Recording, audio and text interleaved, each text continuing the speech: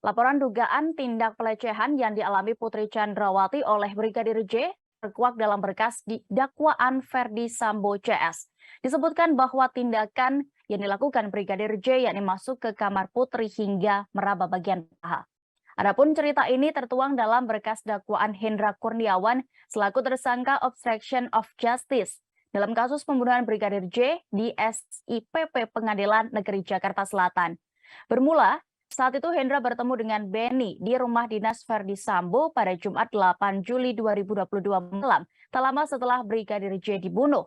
Benny pun menceritakan bahwa Putri mengaku kepadanya bahwa benar telah terjadi tindak pelecehan seksual terhadapnya. Aksi dilakukan saat Putri tertidur di kamar, lalu Brigadir J masuk ke kamar dan melakukan tindakan asusila. Dalam cerita yang diketahui ternyata rekayasa Ferdi Sambo, Putri berteriak saat ditodongkan senjata api oleh Brigadir J. Hal itu yang membuat Brigadir J panik hingga keluar dari kamar Putri di rumah dinas Ferdi Sambo di Duren 3, Jakarta Selatan. Cerita dugaan pelecehan seksual ini sempat dilaporkan Putri ke Polres Metro Jakarta Selatan.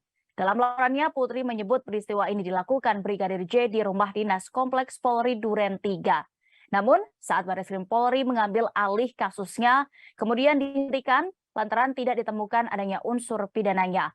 Belakangan pun terungkap bahwa laporan dugaan pelecehan seksual ini merupakan bagian dari skenario yang dibuat Ferdi Sambo untuk menutupi kasus pembunuhan Brigadir J. Sampai pada akhirnya, Putri mengaku bahwa dugaan pelecehan seksual ini sebenarnya terjadi di Magelang, Jawa Tengah. Namun hingga kini dugaan kasus pelecehan tersebut masih menjadi misteri.